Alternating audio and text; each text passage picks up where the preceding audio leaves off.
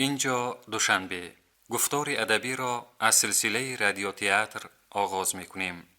شنوندگان عزیز، امروز ما به شمایان قسم سیوم رادیو انسینیروفکا را از روی رمان نویسنده جلال اکرامی دختر آتش پیشکش می کنیم.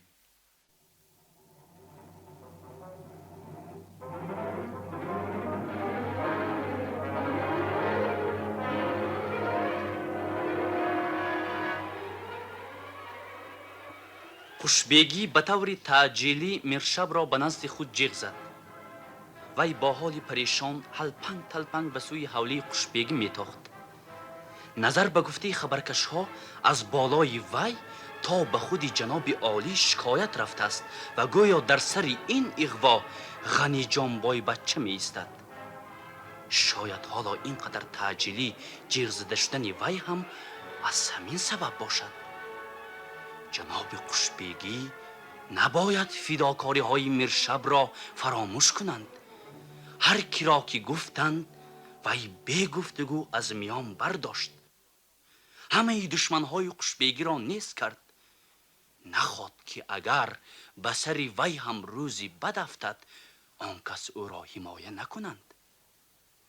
وی با همین اندیشه ها به نزد خوشبیگی در آمد.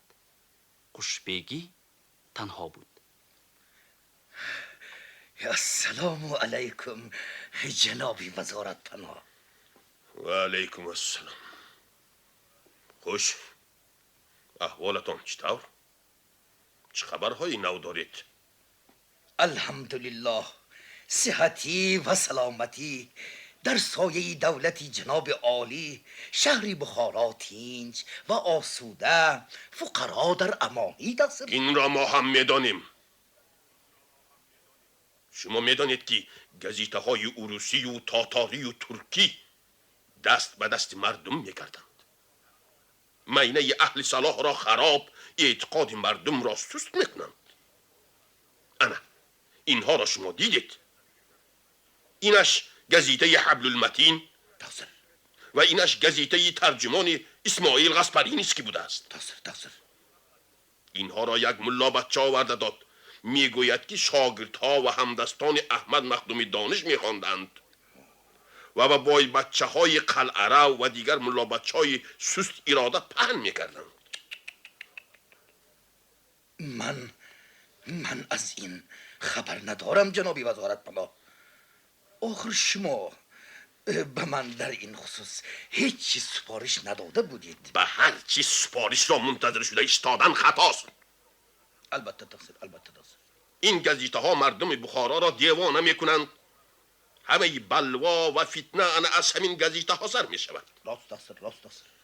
میگویند که جناب عالی از دیدن مجله ملا نصرالدین چنان دلتنگ، چنان در غضب شدند که پاره پاره کرده برتافتند. این گزیته و مجله ها به نامش مسلمانی اما در حقیقت از اروسی هم بدترند. راست تقصیر.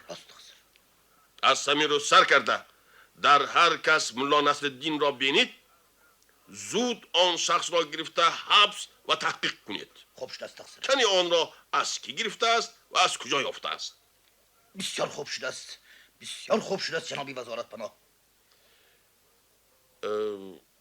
من شما را برای کار دیگر جیغ زدم. از بالای شما شکایت ها بسیار شده رفتند. تقصیر.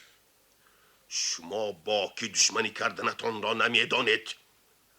نخواد که کس غنی جان بای بر این شخص بدولت و معتبر را به خود دشمن کند. دختر و یا کنیزک قحط زده بود مگر که کنیزک خانزاد آن کس را زده گرفته در حولی خود نگاه می‌دارید؟ تقصیر. جناب عالی از شما سخت رنجیدند و به من مبارک نامه نوشتند که تنبیه شما را داده مانم. تقصیر. من مقصر.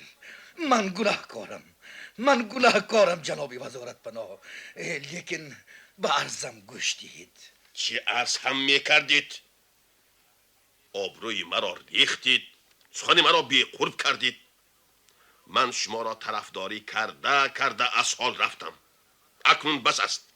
من از فرمان جناب عالی سر تافته نمیتوانم. توبه کردم جنابی وزارت پناه، توبه کردم. من برای خودم نه، برای اجرای سفارش شما. کدام سفارش؟ آخر برای جناب عالی، برای از عروسها. عروسها به این کار چه تعلق دارند؟ شما دیوانه شد مگر؟ من گناهکارم تقصیر، من گناهکارم. یا کی تقصیر. به جناب شریعت پناه باز واخوردید؟ باز یگان مصلحت کردید و زبان یک کرده ایغوای نوی برپا کردن میخواهید؟ نه خدا نگاه دارد. لا حول ولا قوة. میرشب در حیرت بود که چی گوید. اگر حاضر چیزی گفته شبهه را از خود دور کند، ممکن است سر دوستی داشتنش با قاضی کلان آشکار میگردد و بعد از دست قصاص قشبگی به هیچ وجه خلاصی نیست. جنابی وزارت پناه، نظر بشنیدم غنی جان بای این دختری نازنین را به عروسها پیشکش کردنی بوده است. آخر دختری مسلمان را به عروس دادن البته کار خوب نیه.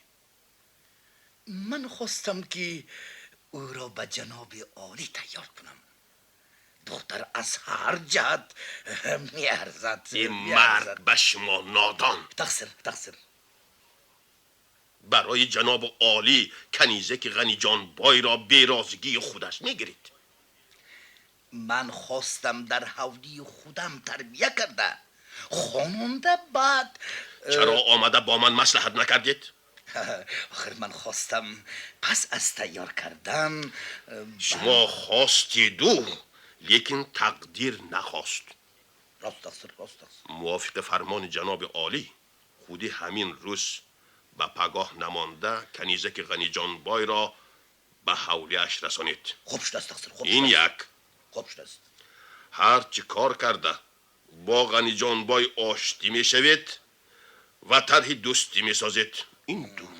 خوب شده است تقصیر. جنابی وزارت پناه، من با جناب غنی جان بای نزاعی ندارم. برعکس برای یافته گرفتن دشمن جان آن کس حیدر قل همه چاره ها را دیده ایستادم. به گمان من ملا بچه های مدرسه چه خواجه اسبگردان از همه واقع خبر دارند. من اشرف جانم پسر صندوق ساز را از بین آنها گرفته حبس کردم. از بس که وای از همه اشان جوانتر است، لقیده ماندنش ممکن است. لیکن احتیاط کنید که ملاها شور نگیرند. نه آن ملا بچه ها را دیگر ملاهای منفوس دوست نمی دارند تقصیر. دوست نمی دارند. شما کلفهم بودید و هستید. خوب شده است تقصیر. نمیدانید که برای به ما تهمت زدن ایشان رئیس کلان و پدرشان هم از هیچ چیز دست نمیکشند. هوشیار باشید. بسیار خوب شده است تقصیر، بسیار خوب شده است. واقعا گپ مهم از خاطرم برآمده مانده است. مرحمت تقصیر. این به خود شما تعلق دارد. از جناب عالی خود همین روز مبارک نامه مخصوص گرفتم.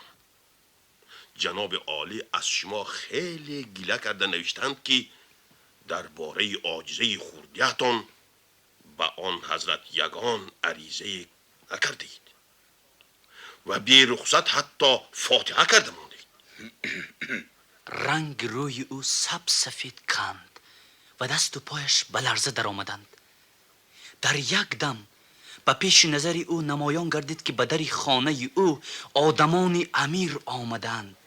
دخترش را کشاله کرده میبرند، زنش را از خانه هی میکنند، مالش را به تاراج میبرند، خودش را به زندان میپرتایند.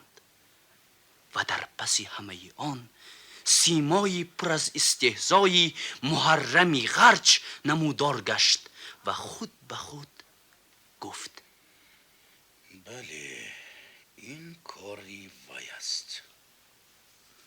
من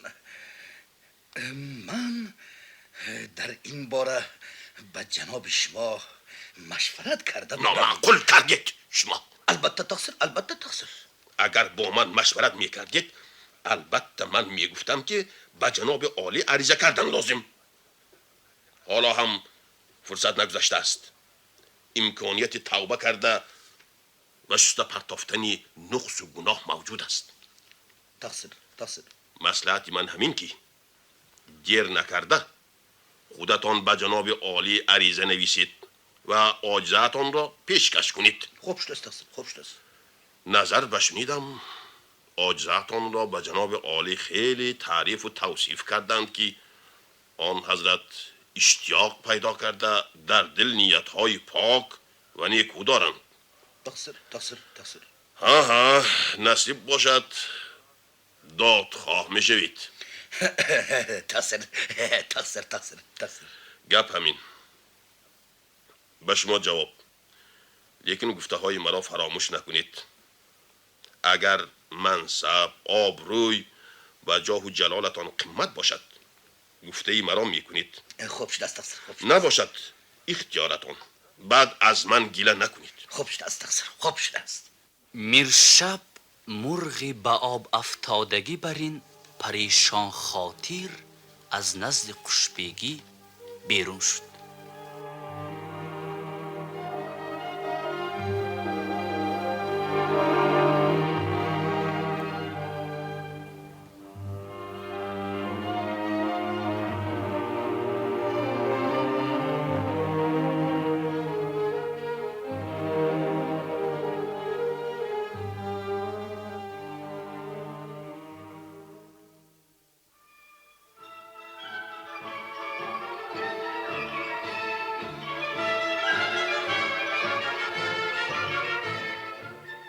زن میرشب از خرسندی گل میشکفت.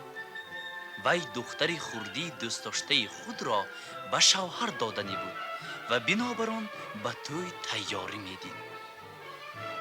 قریب نماز شام میرشب خفه، ملول و خسته حالانه به حولی آمده در آمد و راست به خانه کلان رفته خود را به کاداک صندلی پرتافت. دخترت شمسیه در کجا؟ شمسیه در بالاخانه خودش. چی گپ شد؟ ای دیروز باز من خون میخورم. تو خبر نداری؟ چی شده است؟ دلم رو نکفانید؟ گپ همین که دیروز مرا قشبیگی جیغ زده بود. خوش. از جناب عالی مبارک نامه گرفته است. آن حضرت مرا سرزنش کردند که درباره دخترمان عریضه کرده معلوم نکرده ایم.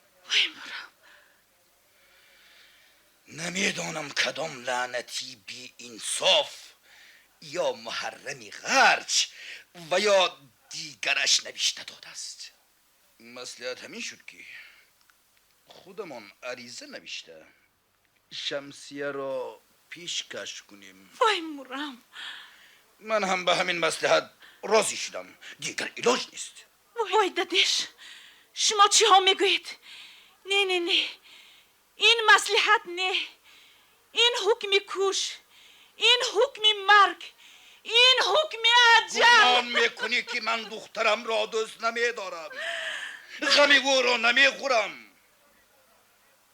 وای زنک، اگر گردن شخی کرده خودمان عریضه ندهیم دخترت را از تگی چی میلیق باشد هم با زوری رسوا کرده بی آبرو کرده گرفته میبرند.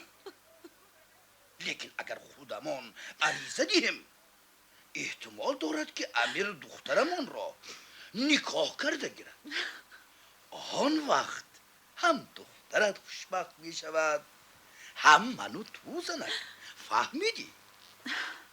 خیر، اگر توی نکاح کرده میگرفتگی باشد. نکاح میکند. من در عریضه هم نوشته التجا میکنم. با قشبیگه هم پاره داده خواهش میکنم که یاره دهد.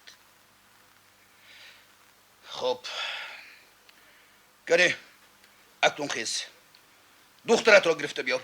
خوب شده است. مادر شمسیه بیرون برآمد و پس از فرصتی همراه دخترش برگشت. چشمان شمسیه از گریه سرخ شده بودند. شب و روز کاری تو گریه بوده استی دخترم. باز چی شد؟ گریه برای مکتب رفتم. من دیگر پای قدم دخترتان را به مکتب رسیدن نمیمانم. درست فکر درست زنک. عموما مکتب خوندگیش کفایتیه.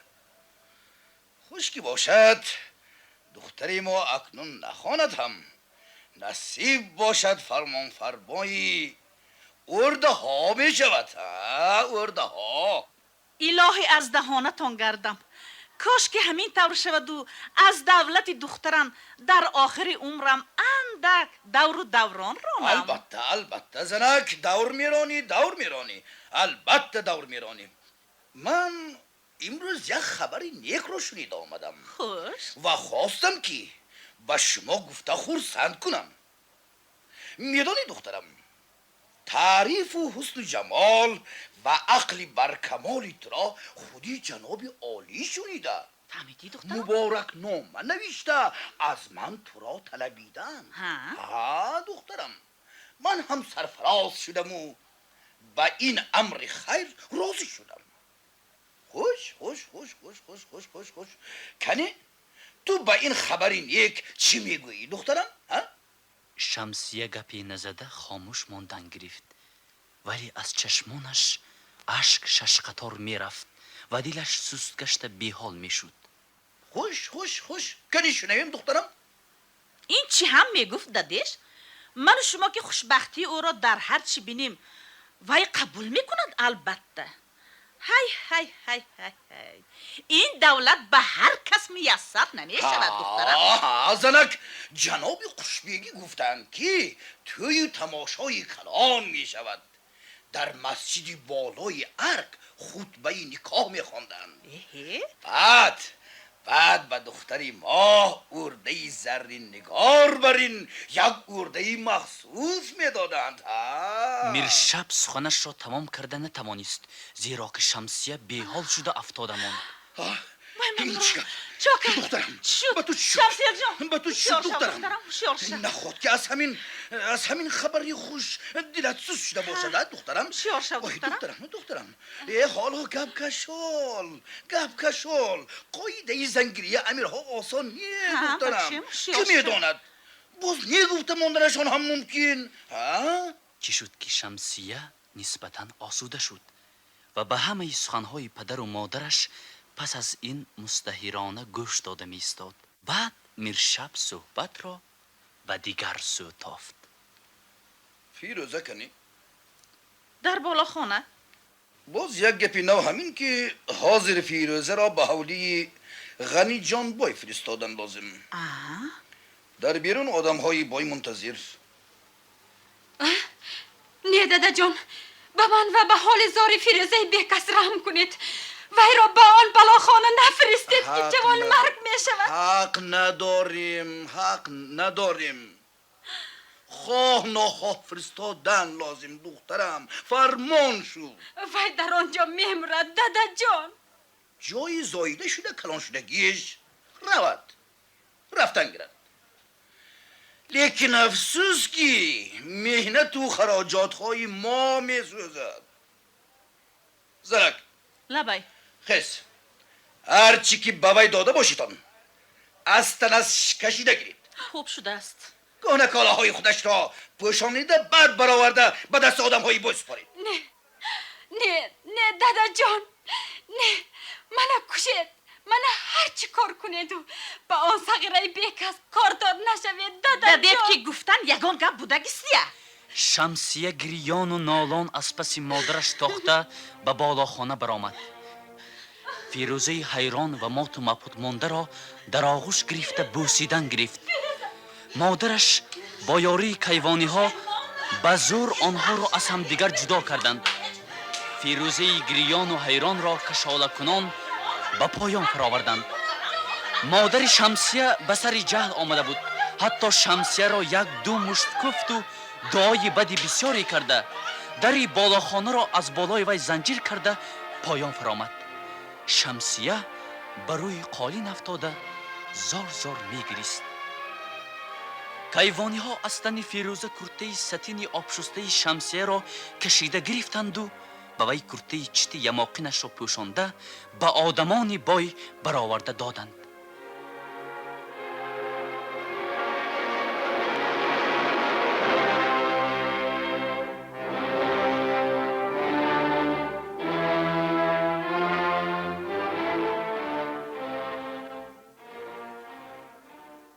مادر شمسیه که امروز از پگاهی همان قدر خرسند و شاد بود و خود را خوشبخت و مسعود میشمارید، پس از گسیل کردن فیروزه و شنیدن سخنان شوهرش چنان غمگین و پرشکسته، چنان خفه و پژمرده گشت که به نظرش حوله و خانه تنگ و تار و شعله لمپه خیره نمود. دشمن کاری میکردگیش کرد، دیگر علاج چاره نماند. خیر میلش، این روز هم میگذرد، باز نوبت ما میرسد. اگر همین فیروزه که نفسشان آرام گرفتگی باشد، صدقه صد دفع شود رود. راست میگویی زنک، راست. اکنون اگر دخترت زنی نکاحی شود، انا بعد آن طرفش رو میبینیم. دختر گفتید و به خاطرم آمد. من شمسیه رو از بالایش زنجیر کرده آمده بودم. یک خبر گیرم باز دلش غش نکرده باشد. اگر خوب نکرده باشد گرفته فرار. خوب شده است. کمتر نصیحت کرده از دلش براریم. زنک بالا خانه در آمده دید که در هنوز هم زنجیر ایستاده است و از درون تیله داده شدگی بر این هم نی. وی در را نگشاده اول به درون خانه گوش داد. از درون هیچ صدای شنیده نشد. مادر در را گشاده به خانه در آمد. خانه تاریک بود. شمسیه جان، از دو تریزه که بروی حولی کشاده می شدند روشنی لمپه خانه کلان اندکی عکس می کرد. حالدار خان یک دو قدم به سوی پیشگاه خانه گذاشت و کسی را ندید. همین که به قفا برگشت، به بالای نیم صندوق پایان خانه از شیفت، از آن جایی که عادتا غرغره رخت کرپه ها می شد، سایه را آویزان دید و فریاد جانخراشی کرده بیهوش شده افتاد. وای دخترم مانک مرد بله.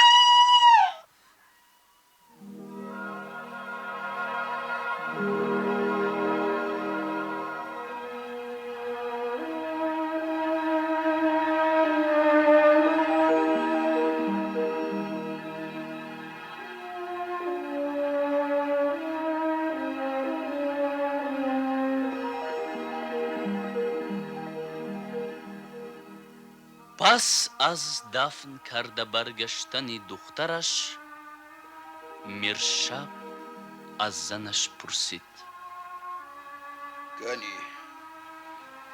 کنی آن خط؟ من زنک اول بروی شوهرش حیران حیران نگریسته ایستاد و از کیسه کلتچه کبودش یک ورق کاغذ قط کرده شده را برآورده داد. میرشب خط را بوسید، به چشمانش مالید، ناله و فغان کرده سرش را به دیوارها زد. نهایت قدر آرام گرفته گفت: آی ملا را جغ زنید. کنی آی ملا، کنی. از قفای زنهایی که در نزد دری راه رو جمع شده با همراهی پدر و مادر شمسیه ناکام آوازاندازی و نوحه می کردند، زنی پیش آمد و با آوازی خسته و گریه آلود گفت: لبک جناب تخسبا. شما آی ملای دخترک بدبخت وای بلا. و جوان مرگ شده ای منید.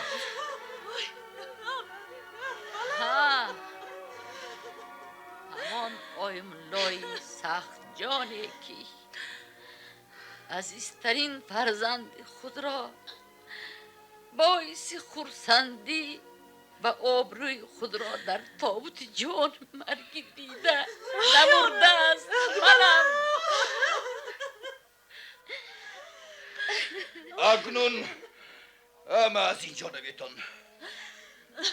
من میخواهم که آیم الله خط شمسیه را به ما خوانده دهد. زنها به خانه برگشتند. خوانید. پدری مهربانم و مادری بجان برابرم، وقتی که شما این نامه مرا میخوانید من از این دنیای پر شور و شر و سیر غوغا رفته همه غم و کلفت و اندوه را ترک گفتگی می شوم. مرا سرزنش نکنید. چیکار کنم که دیگر علاج نداشتم؟ غمی زمان خورم یا فراق یار کشم، به طاقتی که ندارم کدام بار کشم.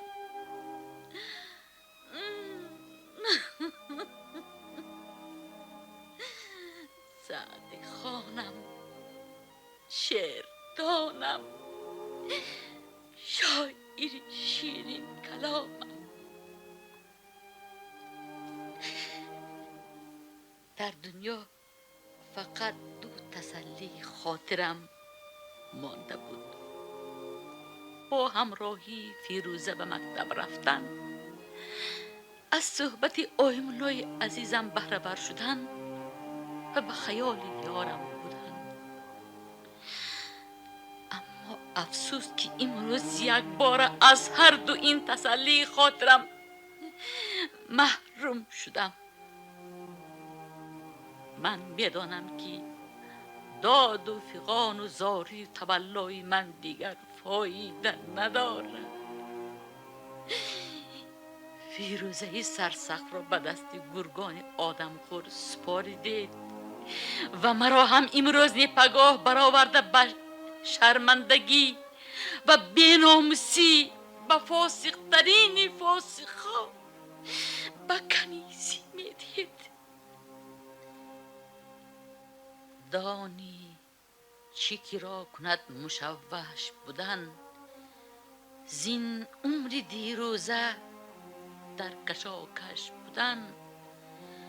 ما هیجو جهان هیجو، غم و شادی هیچ، حیف است برای هیچ ناخوش بودن.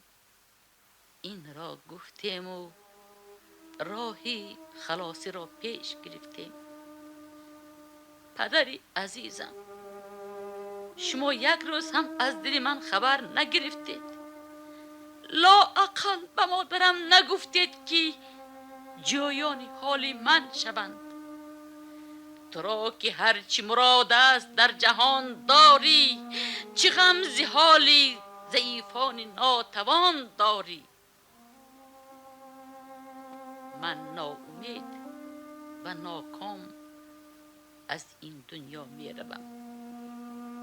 عشق پاکم را در سینه جا کرده به زیر خاک می برم.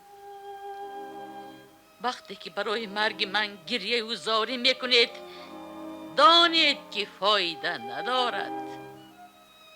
اکنون الهی سری برادرانم سلامت باشد. شما اگر ارواح مرا شاد کردن خواهید، آیمولای عزیزم را محترم شمارید. هرچی که از دستتان می آید به فیروزه بی کس یاری و مدد رسانید. نمانید که گرگان آدم شکل خونش را خورند. نویسنده دختر ناکام شما، شمسیه.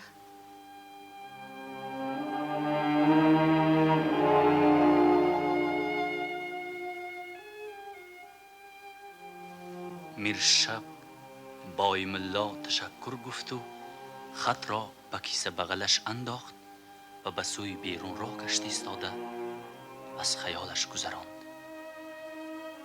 به همه این حادثه و فاجعه پیش از همه مکتب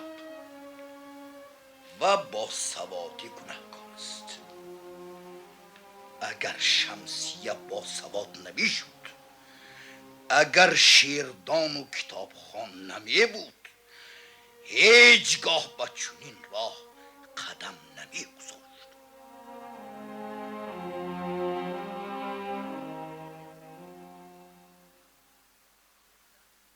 حیدرقل را از دیوانخانه خواجه اوبانی ها بعد از 4 ماه خلاص کرده گرفتند. وی در دیوانخانه با امان نامجوانی شناسایی پیدا کرد. امان را با تهمت پدرش به دیوانگی برآورده بودند. حیدرقل با یاری ملا بچه های لب حوض ارباب امان را هم از دیوانخانه گریزاند.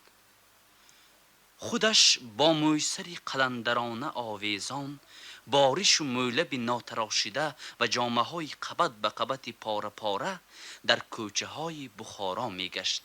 او را دیده بچه ها گروه گروه دیوانه آمد گویان از قفایش می گشتند.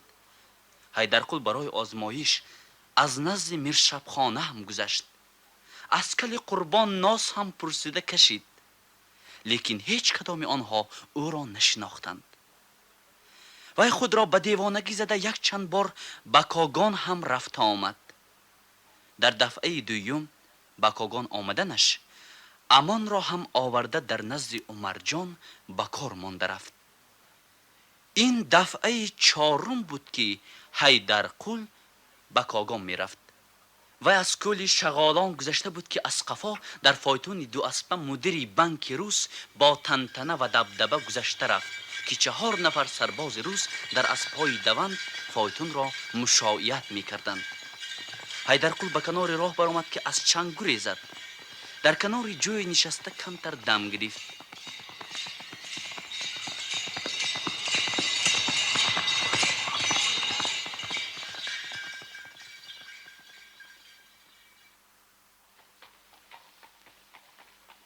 در همین دم باز از طرف بخارا یک عرابه نوی قوقندی آمد که در می پیش آن محرم قاضی کلان سولت کرده نشسته بود.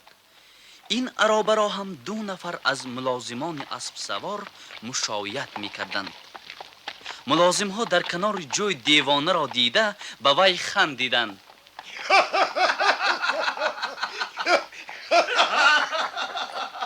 ای دیوانه، ای یارمو میشی، در اینجا چیکار میکنی؟ کاگان میروم. کاگان رفته پیش راهی پاییز را میگیرم. به بخارا آمدن نمیمانم. مرا برابر سوار کن. کارت کلان کو؟ یک خدا پیشی راهی پاییز را بند کردن میخوایی؟ چطور از عهده این میبرایی؟ پاییز تو را زیر نمی کند؟ اول مرا به عرابه سوار کن، بعد میگویم پاهایم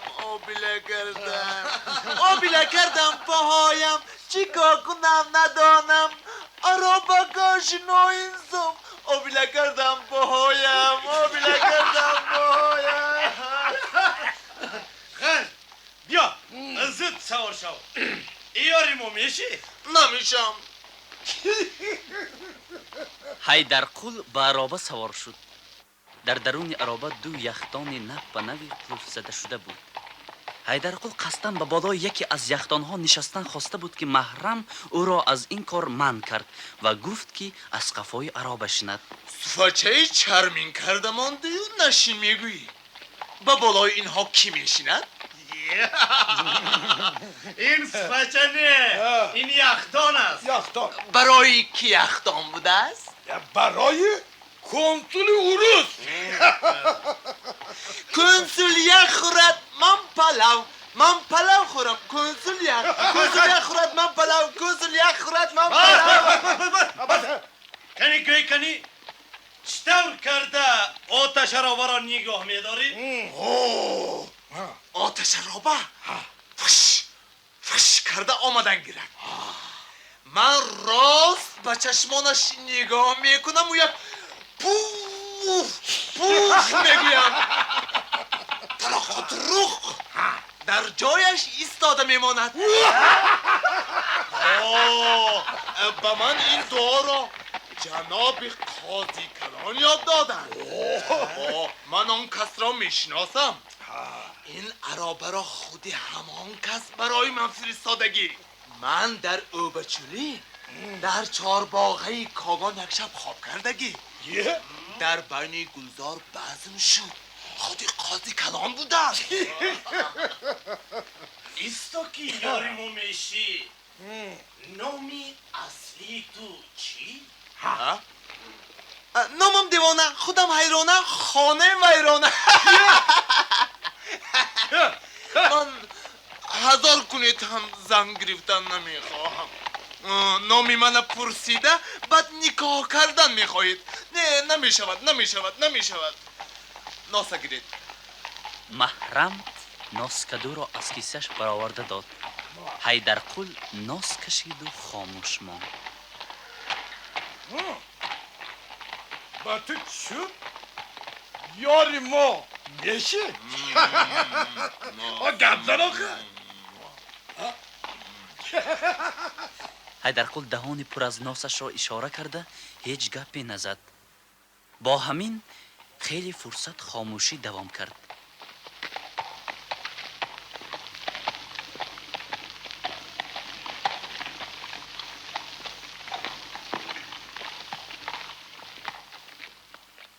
محرم پیشه در جای نشسته خود پینک می رفت. نخست حیدرقل فق یا دوست امریه ایریونه داشته باز اینجا گم شو. آخ یا دوست. حیدرقل خود را از عرابه به پایان پرتافت و از راه برآمده به سوی صحرا روان شد.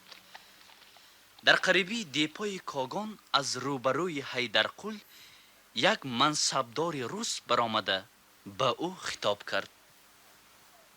وای سر ایست با کجا میروی؟ من از قاضی کلان بخارا به کنسولی اوروس وکیل شده آمدم. خودی تو کی؟ پدری تو کی؟ اولادت از کجا؟ یا نمیداند تو چی ها میگویی؟ چی ها نمیداند؟ کلورم میداند. تو شیطان، تو بچه شیطان. منی که سنی که میدانی. امیر بخارا میدانی. آق پاشا میدانی. قره پاشا میدانی. منی که سنی که اوروس چنی که سر چنی که میدانی.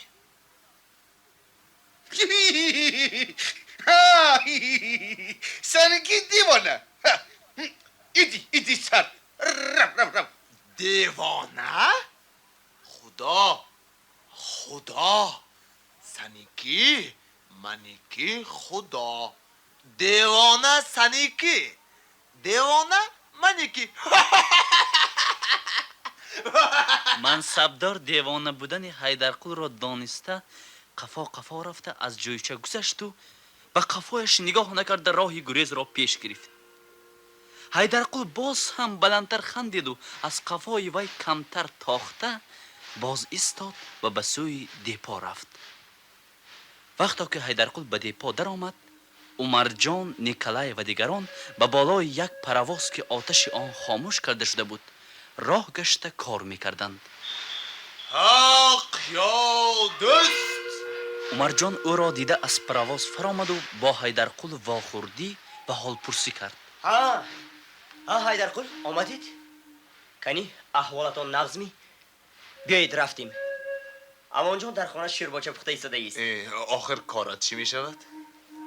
هیچ گپ نه. اندک کار ماند که خودی نیکلای هم با آخر میرساند.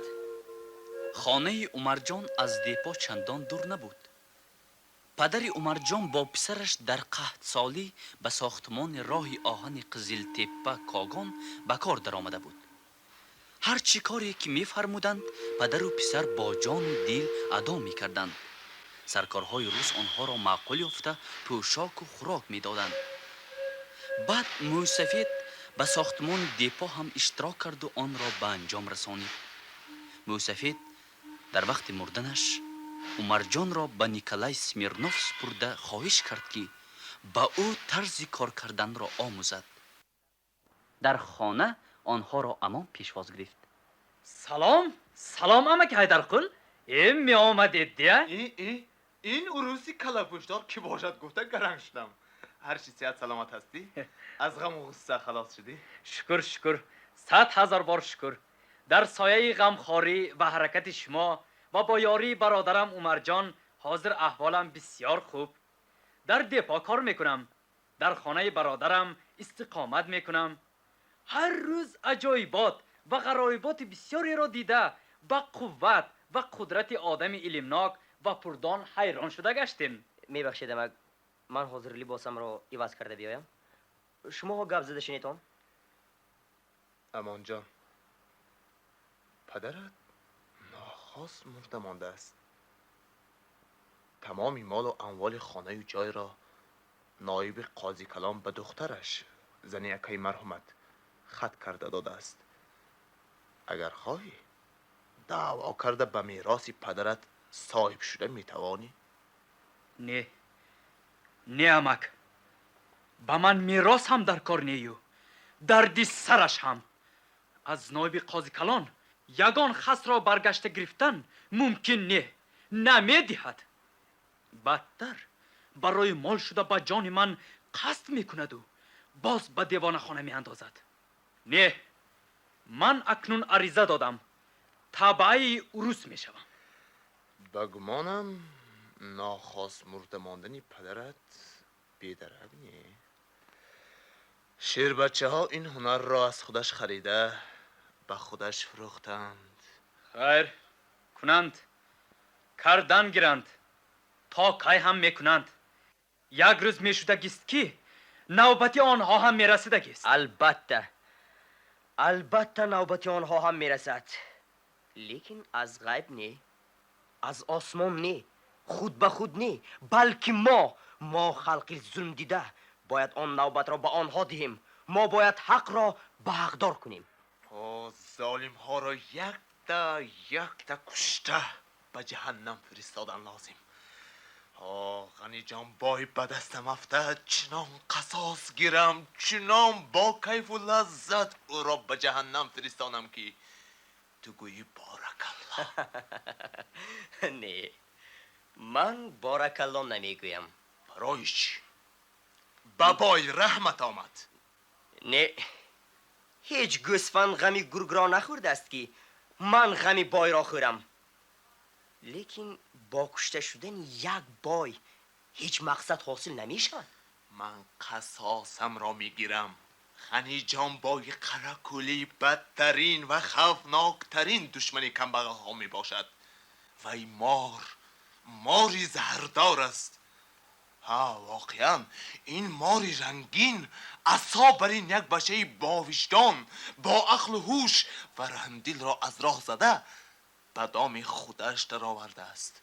فیروزه را به تو توی کرده میدهم گفته وی را امیدوار کرده. فیروزه را به حولی خود آورده است. من در همین خصوص از شما مصلحت پرسیدنی آمدم. چیکار کنم؟ شما به وی نصیحت کنید. اگر با گپ نشود خود زندگی به وی زود فهمانده میماند. زندگی میفهماند و گاه درسی وی به کس خیلی گران و به نرخ جان برابر می شود. تعلیم حیات تلخ باشد هم کس آن را بعد فراموش نمی کند. امان جان، کنی شوربا را بیارید. خوش، در بخارا چی نویگیری ها هست؟ هیچ، گویا که تنجی، لیکن درباره آتش رابه که گویا به بخارا در آوردن میخواهند ملاها یک غوغا کرده گرفتن. بعد گویا که آق پاشاه از ملاهای ما ترسیده ستانسه را در بیرون شهر ساختنش است. نیکلای هم کار خود را با آخر رسانیده آمده به صحبت آنها همراه شد. اینها همه دروغ و اغواگری است. شاید یگان ملای کلان از غوغای بر دروغ فایده بردن میخواهد. احتمال قاضی کلان پسر خودش را رئیس کلان شهر بخارا کرده است. اما خوشبیگی و باز بعضی ها این را نمیخواهند. انا همین آب را لای کرده ماهی را داشتن میخواهند. امروز قاضی کلان به کنسول آق پاشا 2 یختان هدیه فرستاد.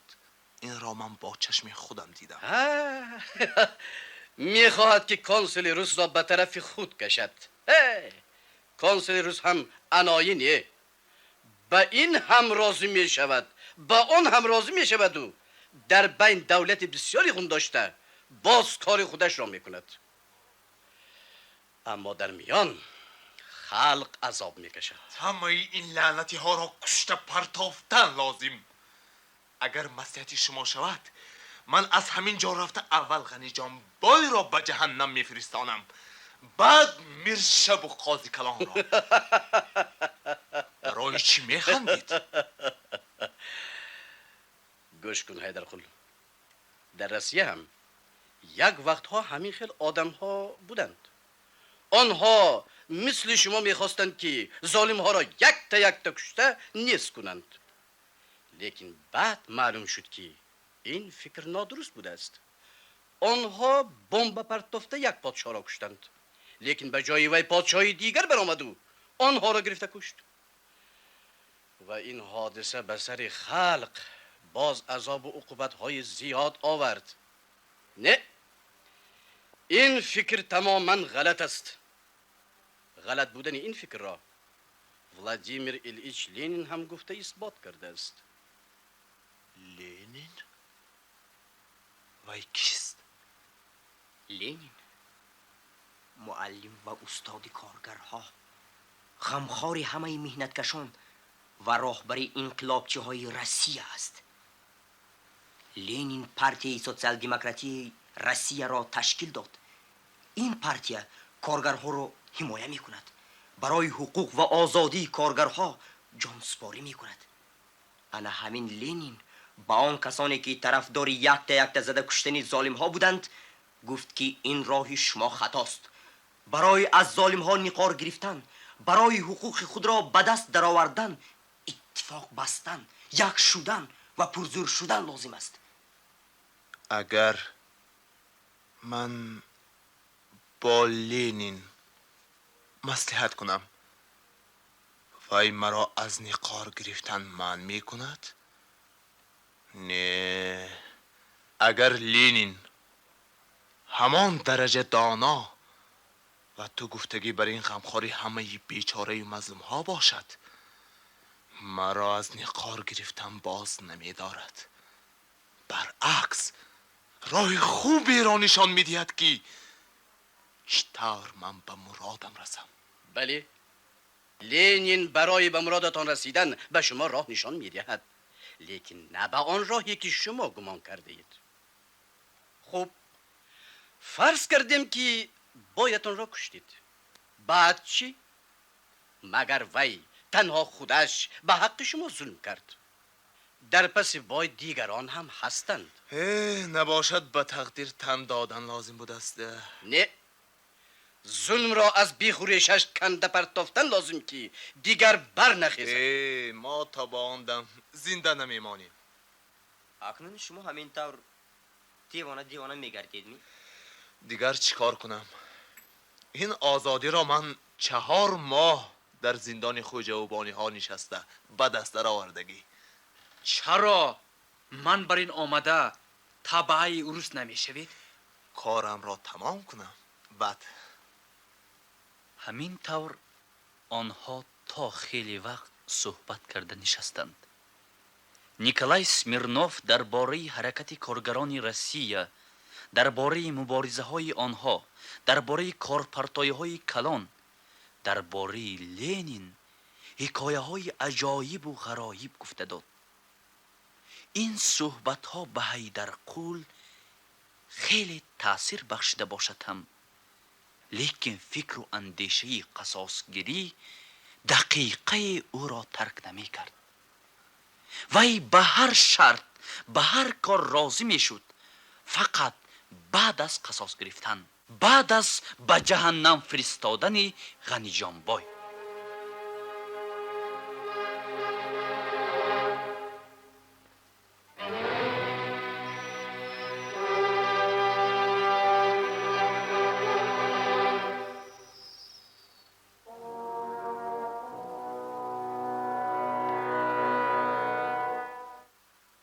دو سال گذشت از آن دمی که عصا با امید و آرزوها خرسند و شاد یگانه گوهر قیمتبهای خود را، فیروزه خود را از حوله میرشب به حوله غنی جان بای گرفته آورده بود. آخر بای امک وعده کردند اکنون ما توی میکنیم، میگفت وی خود به خود. اما آن طور نشد که عصا خیال میکرد.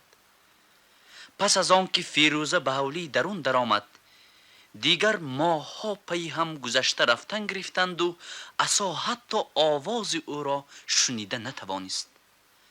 هر باری که عصا در این خصوص از بای میپرسید، بای میگفت که از سیرکاری وقت نمییابد که با فیروزه دو به دو نشسته گپ پرسد و رازگی او را گیرد. نهایت بای یک روز به آب چشم عصا نظر کرده ایستاده گفت: مبارک باشد، مبارک باشد. مژدگانیتی فیروزه راضی شد، لیکن وی قسم یاد کرده بود است که تا از وفات مادر کلانش دلارام کنیز 3 سال نگذرد به شوهر نمی رسیده است. انا بنابران نصیب باشد 1.5 سال دیگر ماند. صبر کن، دختر اندک قدر است و کلان شود نغز ده. به تو خدمت کرده می توانستگی می شود، خانه جایت را سرشته می کند. بعد در کتاب های عاشقی هم گفته شده است که برای عاشق حقیقی هجر یار بهتر است از وصل او. فهمیدی؟ صبر کن، صبر کن. عصای جوان که در دلش چیرکی و در باطنش شیطانیتی نداشت، باز به این فریب و نیرنگ افتاد و نصیحت بای را قبول کرد. باری وقتی که بای در سفر بود و امکانیتی پیدا شد، فیروزه به راهرو آمدن عصا را دیده زود به نزد وی برآمد و به گردنش چسبیده گریه کرد و به وی گفت: عصا جانکا، در اینجا زندگی من از عذاب گور هم بدتر است. کم زنی چی شد فیروزه جان؟ به بالاکاری خودی بای به من با نظری بد نگاه میکند. حتی در همین قریبی مرا با زور به آغوش گرفته بوسیدنی شد. اگر به بالای کار کیوانی آشخانه نمی آمد روزم سیاه میشد. پس از همین خبر کشک خیالی آرزوی و هوسی جوانی ساده از بیخ و بنیادش فتور رفت و به نظری وی بای بینقاب با تمام هستی مارانه خود جلوه کردن گرفت. اکنون وی رفتار و کردار بای را به زیر چشم گرفته همیشه به حیدرقول و فیروزه خبر داده می استاد. در مدت این 1 سال عصا حس می کرد که وی تمام تغییر یافته است، آدمی دیگر شده است. اما فیروزه در حولی درون روز و روشنایی نداشت. هر 3 پلانچ او را حقارت می دادند، می زدند، تحقیر می کردند. هیچ کس بغیر از کیوانی آشپز او را طرف نمی گرفت. زن کلانی بای بوی بیکی خوردی کنجتای نام مانده بود. زن خوردی بای مغفرت باشد او را لوچ گل خلام می نامید. اما بای هر وقت او را بیند نوازش می کرد. ها دخترم احوالت چطور؟ برای چی به من نگاه نمی کنی؟ گنی سرت بالا کرده به من نگاه کن. انا همین طور. اوه چشمانت میگویند که تو خیلی خفه حتی گریه میکنی؟ چی؟ تو را آزار میدهند؟ گوی کنی به من کی جنگ کرد؟ من نمیگذارم که کسی در این حولی به تو آزار دهد. تو جان منی، من با آسانی تو را از دست میرشب نگرفتم. ایستا کجا میگریزی؟ تو هم گاه مرا نوازش کن، یک تبسم کن آخر. من به تو بیگانه نیستم کو. دستم را سر دهید بای داده، شرم نمی کنید؟ شرمش چی؟ خدا خواهد هم تا از آن من نخواهد هم. به طرف آنها آمده ایستادن کیوانی را دیده بای ناعلاج از فیروزه دست می کشد و به حولی بیرون برآمده می رود. از بین چند روز گذشت. بای به کجای برآمده رفته بود. چاشتگاهی آیمی غفبند و زن کلان بای به بالای فیروزه یک جنگی غلغله‌داری کرده گرفتند. سبب جنگ همین شد که همان شب بای در خانه مغفرت بود. وقتی که وی برآمده می رفت، آیمی غفبند بر قصد پلانچهایش خنده کنان بای را گسیلاند و با آوازی بلند گفت: شب بر وقت تر بیایید، بزم دو کسه میکنیم. خوب شده است. در همین وقت فیروزه در دست کاسه های شیرچای از آشخانه برآمد. فیروزه جان، خودکت را بسیار نکاهانده به فاطمه میگفتی می آورد؟ من چی شده است بیکه جان؟ کاری نکردگیم مگر؟ این کاری تو نه. آخر تو امروز نپگاه بیکه خورده میشوی؟ زن خوردی دل بردی گفتم. نامعقول کردی تو جوگی فریبگر. خودت نامعقول کردی ای غریشنگو. چی؟ گفتم علم کردی. چی گفته ایستادی؟ سختمون خودت بگاه بگاه با دست خودم فیروزه به بای نکاح کرده نتیم. نامم نزاکت خان نباشد. آیمی غفبند دویده رفته به سر و روی پلانجش در افتادنی بود، لیکن کیوانی ها باز داشتند و با صد عذاب آیمی غفبند را به خانهش در آوردند. نزاکت هم به سوی خانه خود رفت. ناگاه از خانه کلان آیمی غفبند فریاد کرد: چلیم! فیروزه چلیم را برده به نزد مغفرت گذاشت. شین!